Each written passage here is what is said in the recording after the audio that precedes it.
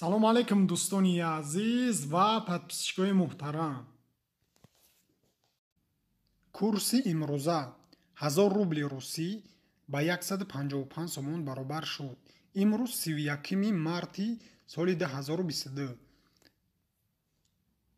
дина буд 147 сомон ва имрӯз бошад 155 сомон.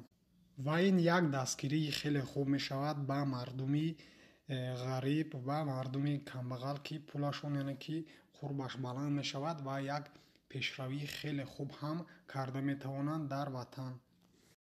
$100 бошад бо пули рубли русӣ 8408 рубл.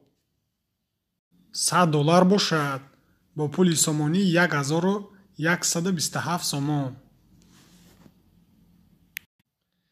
дӯстони азиз, лайкҳоро пахш кунед то дигарҳо бубинанд.